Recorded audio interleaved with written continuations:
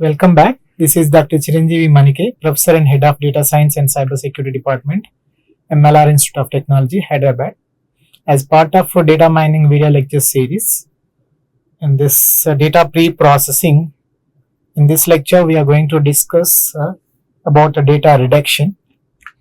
In this lecture I am going to cover the definition, mainly what is high dimensional data, next what is data reduction, and then we are going to see the overview of data reduction strategies like dimensionality reduction, numerosity reduction, and data compression. Let us see one by one.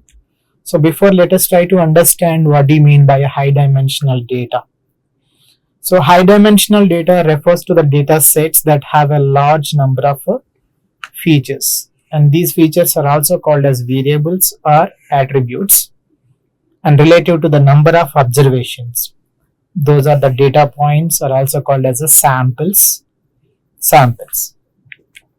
So let us see one data set, standard benchmark data set. Like here you can see the sepal length, sepal width, petal length, petal width, and these are the features of this data set, attributes. We can also call it as like attributes, measurements, dimensions also.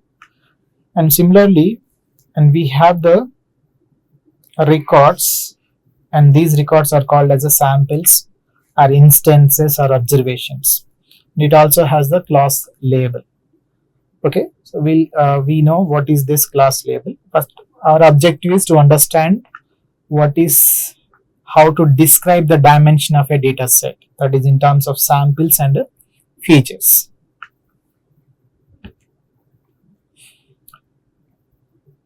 And these are some examples of high dimensional data sets, like suppose genome sequence data, and this is like a video and the audio data, because like suppose if you take one simple example of deep learning, suppose there is an image and its image size is, let us say, some 200 pixels by 150 pixels. So image is represented in the form of pixels by 200 by 150 pixels. And to process this data, that is in by using one deep learning model.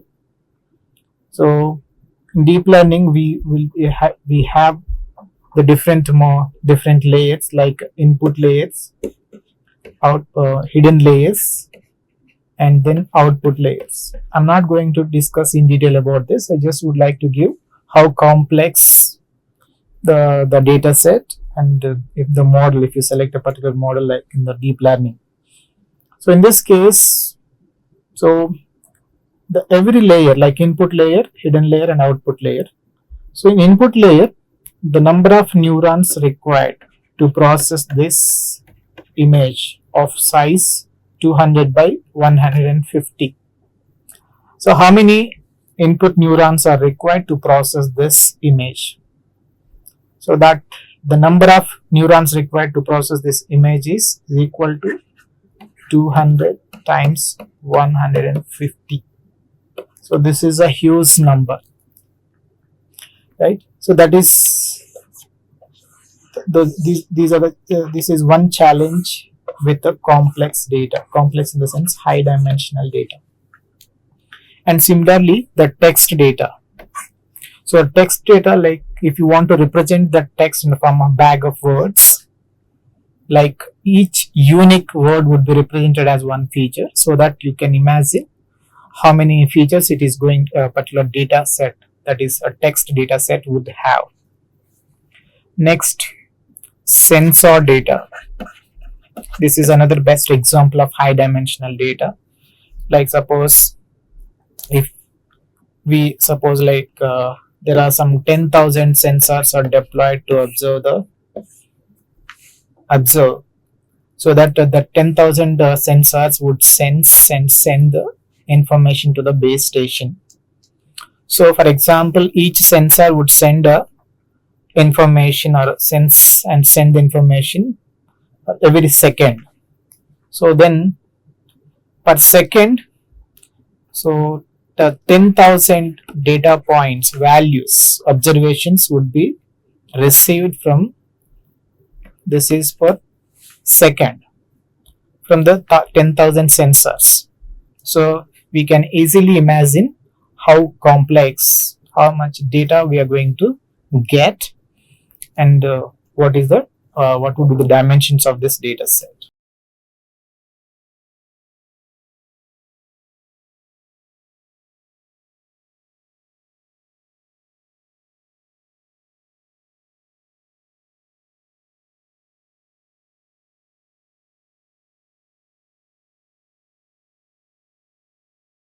So let us try to understand what are the characteristics of this high dimensional data. So the characteristics, if you look at the many features for the observation. So observation, sample, instance, all we just discussed just before. The many features, that is one, the key characteristics of the high dimensional data. Then sparse data. So what do you mean by a sparse data? There are two types mainly. The sparse, we need to understand the difference between the sparse versus dense. The sparse data means, like suppose if you take any data set, the most of the values are unknown. That means suppose if unknown values are filled with zeros, then we'll be having a more number of zeros in our data set. So the data points or the known information would look like this. Okay, rest of all the unknown information. So that is another key characteristic of high dimensional data. Next, complex relationships. Suppose yes, the high dimensional data are having many dimensions in terms of mainly the features, not the samples. In that case, it is very difficult to select which is the most significant, which is the set of features which are more important. So that is very difficult to understand the relationships and to identify the important features. Next, another, if the number of instances, or in other words, if number of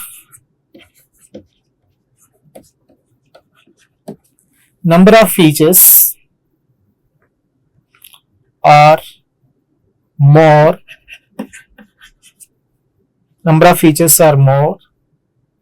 and number of instances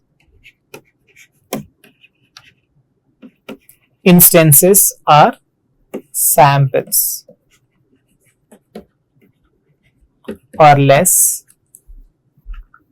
so then it leads to the overfitting. Okay, so the model will learn the noisy data instead of interesting patterns. Here, and this is a screenshot I have taken from the UCI machine learning repository, because most of the standard data sets are available in this. This is one of the data repository. And to understand the features like dimensions of any data set, like suppose here I just browsed, I applied the filter, that is the number of features as 1.6 million. That is the highest number of features a particular data set has in this UCI machine learning repository as of now. So now here you can see, and this is a data set name,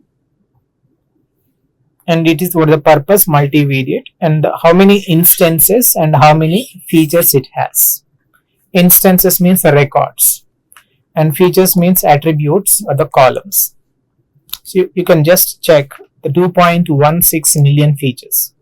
Similarly, another data set, gas sensor arrays in open sampling settings, like 18K instances, but 1.95 million features. So here the number of features are more than the number of instances. Similarly, one more dataset URL reputation, the 3.23 features and 2.4 million instances. So this is the complexity. This is the dimensions of high dimensional data set. So let us see the common challenges with the high dimensional data. There are mainly the data quality and the pre-processing would be very difficult.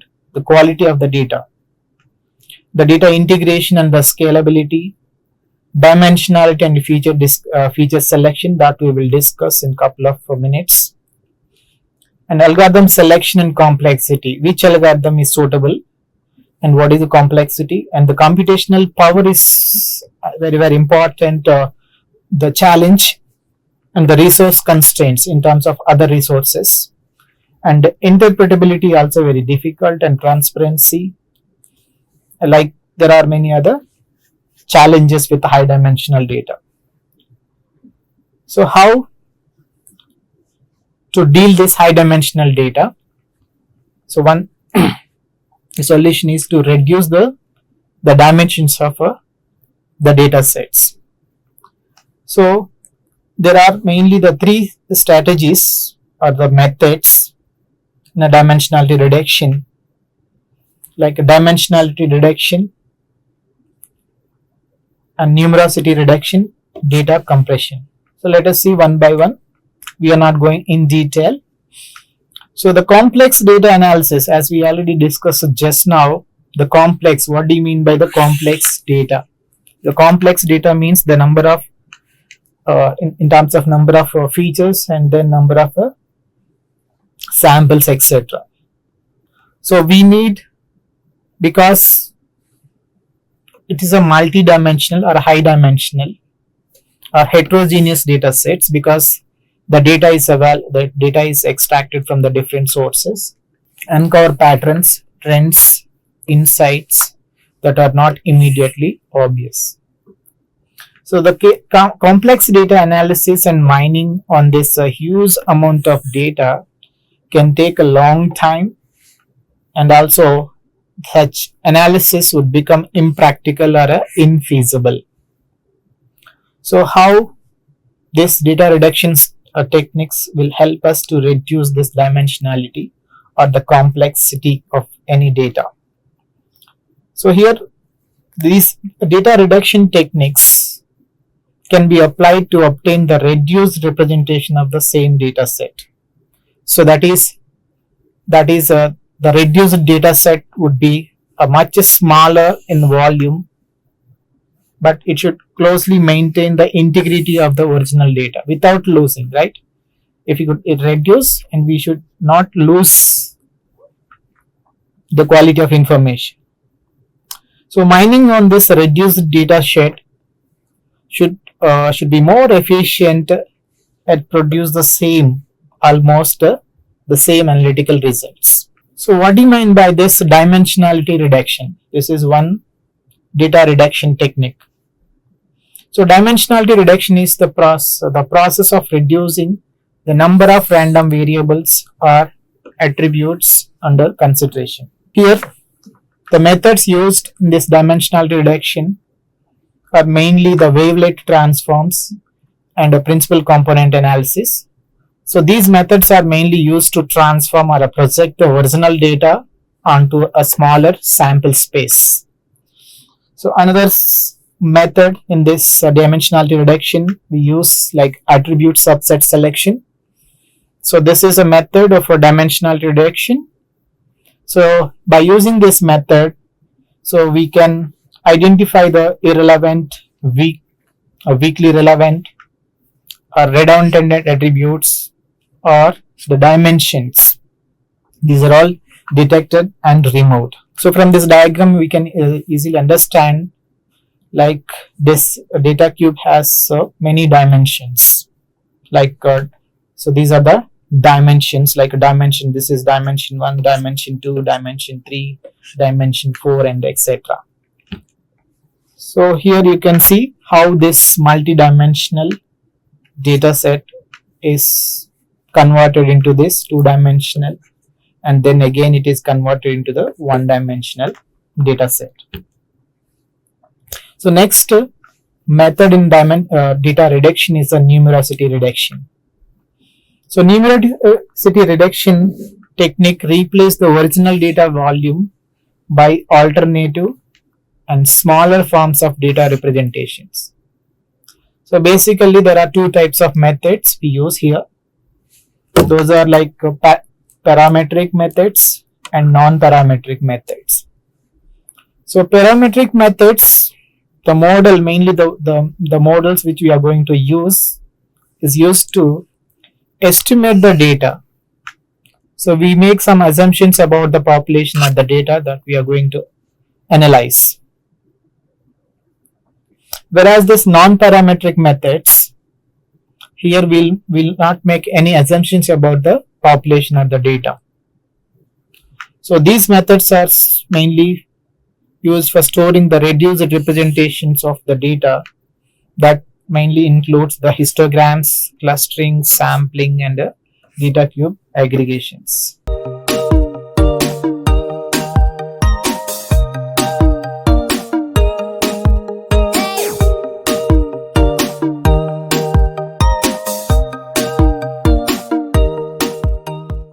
Next one is a data compression. This is another data reduction technique we use in data mining. So the data compression transformations are applied to compress the data so that the data which is obtained after applying the transformations, that is a reduced data that represents the same original data. If the original data, like suppose reconstructed from the compressed data without any information loss, and that reduction is called as a lossless. But if we reconstruct only the approximation of the data, approximation of this original data, then that reduction is called as a lossy.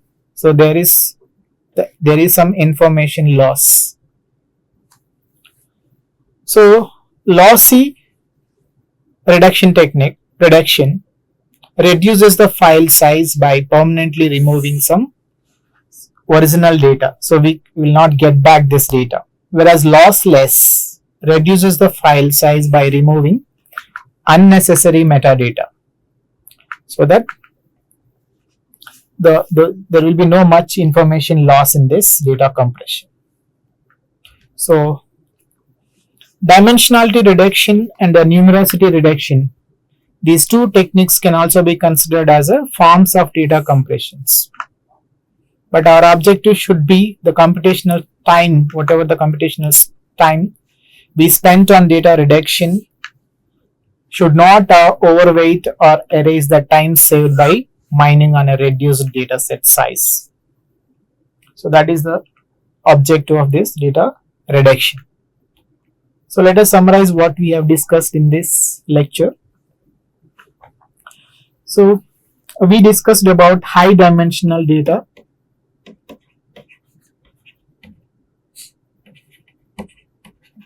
What do you mean by high dimensional data?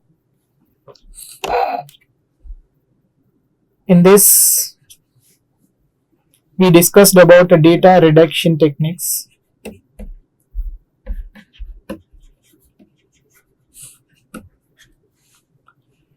In this data reduction techniques, we discussed dimensionality reduction,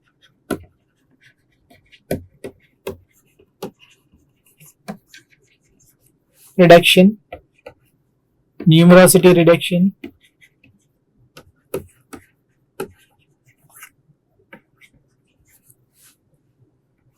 then data compression.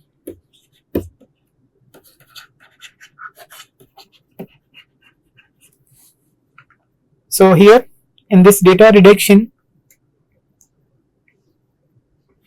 we are going to convert, or we are going to reduce the data set. That means